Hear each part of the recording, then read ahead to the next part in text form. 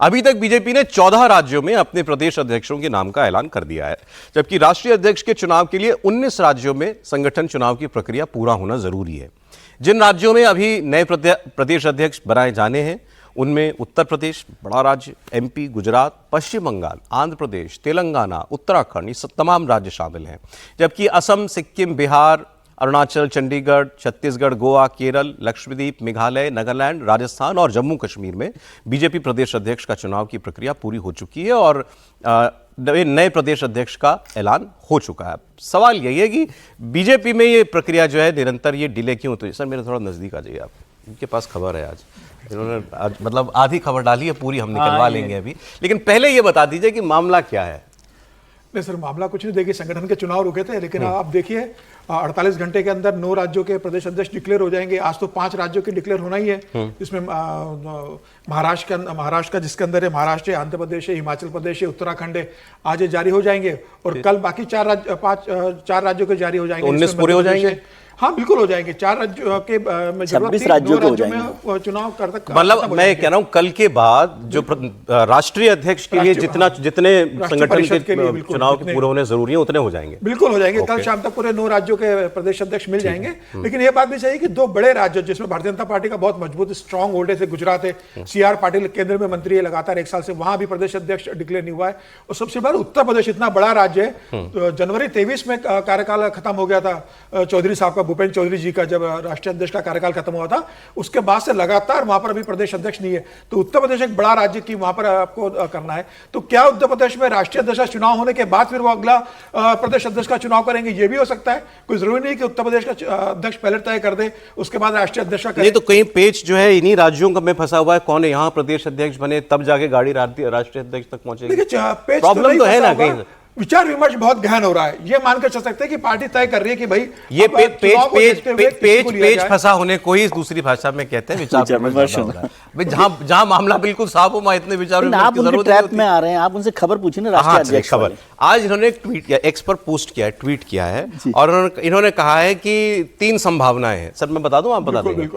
इन्होंने कहा 3 संभावनाएं हैं। एक महिला राष्ट्रीय अध्यक्ष मिल सकती है बीजेपी को, या उनके अलावा एक पूर्व मुख्यमंत्री या एक ऐसे व्यक्ति जो मुख्यमंत्री बनते बनते रह गए। Right sir? तो अब नाम ही बता दीजिए ना, रखा क्या है इसमें? नाम तो सर पार्टी संगठन तय करेगा, राष्ट्रीय हाईकमान तय करेगा। जब हाईकमान बैठेगा विजय जी की भाषा में तो तय होगा कि राष्ट्रीय अध्यक्ष को कौन बनेगा। चलिए मैं पूछ, अच्छा आपने कहा कि 21 जुलाई के पहले नया अध्यक्ष मिल जाएगा। पार्लियामेंट सेशन शुरू होने के पहले ये मोदी जी ने बहुत स्पष्ट। अब सर डेट तो देखिए, जैसे अंग्रेजी में कहते हैं, मैं लेता हूं with the pinch of salt, क्योंकि कई डेट हमने देख लिए। ये तय है कि 21 जुलाई के पहले, सेशन के पहले भारतीय जनता पार्टी को नया राष्ट्रीय अध्यक्ष मिलेगा, क्योंकि जिस तरीके से चुनाव का तय कर दिया प्रदेश अध्यक्षों को लेकर 9 डिक्लेयर हो रहा है, ये बता रहा है कि अब पार्टी बहुत लंबे समय तक आगे नहीं बढ़ने वाली है। कुछ कह रहे हैं आप? नड्डा जी के मुंह की बात बता रहा हूँ। उन्होंने कहा था कि 21 तारीख तक हमारा राष्ट्रीय अध्यक्ष आ जाएगा। उसको मैंने 21 जून समझ लिया था क्योंकि जून में बात हो रही थी। लेकिन अब लग रहा है कि वो 21 जुलाई है। और चूंकि अभी जो होगा तो करीब करीब 22-23 राज्यों के अध्यक्ष चुन लिए जाएंगे। हर राज्य से जो राष्ट्रीय परिषद के लिए चुनाव, चयन, नॉमिनेशन, जो शब्द आप बोले वो हो जाएगा। तो इसका सीधा सा मतलब हुआ कि अब कोई वो वाली मुश्किल नहीं है। बस एक चीज करनी है कि तारीख घोषित करनी है और 1 सप्ताह का समय देना है। तो अगर 15 तारीख तक वो तारीख घोषित हो जाए तो 21 जुलाई के पहले मानसून सत्र शुरू होने के पहले हो जाएगा, और नहीं तो उससे आगे जाएगा। मुझे लगता है जो सबसे बड़ा पेच फंसा हुआ है, ये ठीक है क्योंकि भारतीय जनता पार्टी में एक शब्द बार बार कहता हूं, फिर दोहरा रहा हूं, पीढ़ीगत परिवर्तन से गुजर रही है, और वो लोकसभा चुनाव में भी दिखा था, उसके बाद भी दिखा था। तो पूरा जो ये विचार परिवार जिसको कहते हैं वो बहुत गंभीरता से इस पर बात कर रहा है।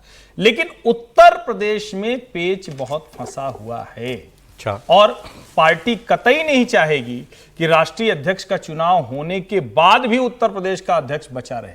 उत्तर प्रदेश के अध्यक्ष पद के लिए कई बार लगा कि सहमति तक पहुंच रही है, लेकिन इसमें बिना किसी संकोच के मैं कहूं कि उत्तर प्रदेश के मुख्यमंत्री योगी आदित्यनाथ जी, संगठन और दिल्ली वो एक नाम पर अभी तक तय नहीं कर पाया। दिल्ली के मन में जो नाम है वो शायद कहीं न कहीं कुछ बाधा नाम ही टाइप उनको नाम दिखती ही रहती बता है। देना आप क्या नहीं, नाम तो देखिए है क्या ना, नाम तो चूंकि कई चलते रहते हैं, हम उसमें नामों में अब समीर जी जो है वो नाम नहीं बता रहे हैं, लेकिन इतना जरूर है मुख्यमंत्री जी की, योगी जी की जो पसंद है और केंद्र की जो पसंद है योगी उसमें जी की टकराव पसंद है। नहीं है। योगी जी का उसमें कुछ जो स्टेक नहीं अध्यक्ष है। उत्तर प्रदेश का बन रहा है वो योगी जी की पसंद नहीं है अभी तक की तारीख में, और शायद यही वजह है कि वो रुका भी हुआ है, जिसको कहें कि टलता हुआ दिख रहा है। और अभी एक चीज और देखिए ना, घटनाक्रम भी देखना चाहिए।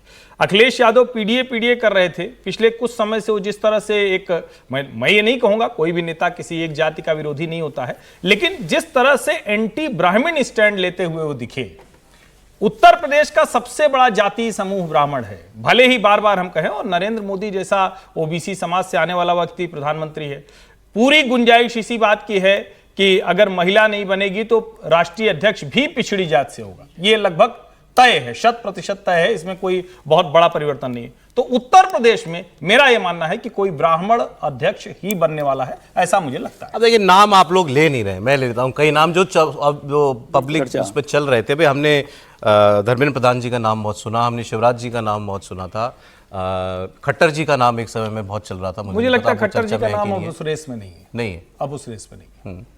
खट्टर जी मतलब जिन वजहों से वो वहां तक हैं, वो उसकी एक सीमा दिखती है, और पार्टी के भीतर भी ये माना जाता है। निश्चित तौर पर वो नरेंद्र मोदी के बहुत नजदीकी हैं, संघ के प्रचारक हैं, बहुत सादगी वाले जीवन है, लेकिन जितनी अखड़ता केशव उनके मौर्य अंदर जी है। का नाम भी चलता था।